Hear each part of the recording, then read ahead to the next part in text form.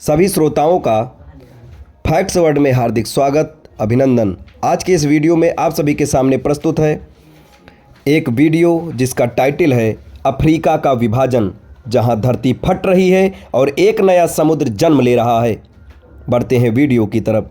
धरती स्थिर नहीं है, वह सांस लेती है, खिसकती है और समय के साथ अपना चेहरा बदलती रहती है। आज इसी बदलाव का सबसे नाटकीय उदाहरण अफ्रीका महाद्वीप में देखा जा रहा है, जहां वैज्ञानिक ने एक ऐसी विशाल दरार की पहचान की है जो भविष्य में एक नए समुद्र को जन्म दे सकती है। ये कोई अचानक आने वाली आपदा नहीं, बल्कि लाखों वर्षों से चल रही भूवैज्ञानिक प्रक्रिया का परिणाम है, जिसे हम अब अपनी आंखों से देख पा रहे हैं। टेक्टोनिक प्लेट्स का संघर्ष, कहानी की जड़। अफ्रीका एक ही ठोस टुकड़ा नहीं है, ये मुख्य रूप से दो बड़ी टेक्टोनिक प्लेट्स पर टिका है। न्यूबियन प्लेट पश्चिमी और मध्य अफ्रीका, सोमाली प्लेट पूर्वी अफ्रीका। इन दोनों प्लेट्स के बीच स्थित है ईस्ट अफ्रीकन रिफ्ट सिस्टम। लगभग 6000 किलोमीटर लंबा दरारों और भ्रंशों का नेटवर्क।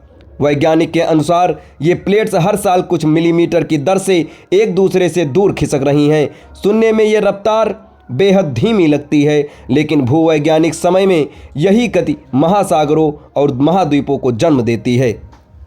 वह दरार जहां भविष्य का समुद्र छिपा है, इस प्रक्रिया का सबसे सक्रिय क्षेत्र है इथियोपिया का अफार क्षेत्र, जहां धरती पतली हो चुकी है, ज्वालामुखीय गतिविधि बढ़ी हुई है।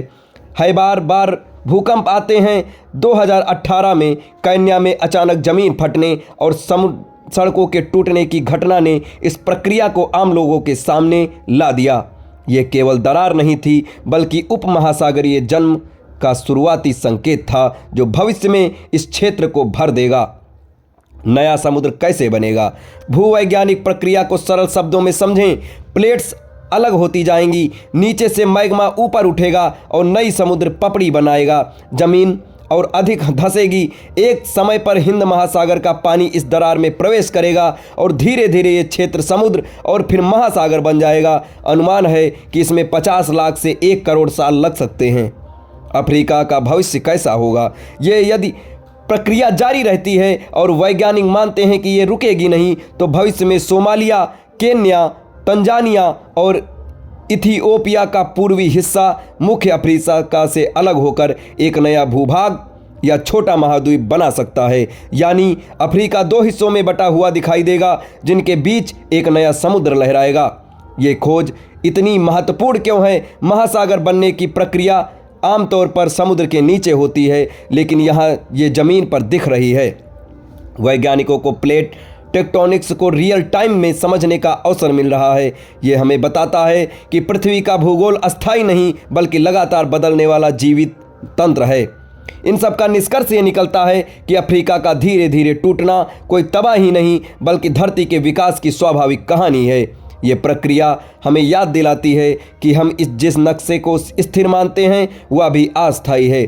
आज जो दरार है वही कल का समुद्र होगी, और शायद करोड़ों साल बाद कोई और सभ्यता इस नए महासागर के किनारे खड़ी होकर कहेगी, यहाँ कभी अफ्रीका जुड़ा हुआ करता था। ये फैक्ट्स आपको कैसा लगा कमेंट बॉक्स में ज़रूर बताएं और हमारे चैनल के साथ जुड़े रहें। धन्यवाद।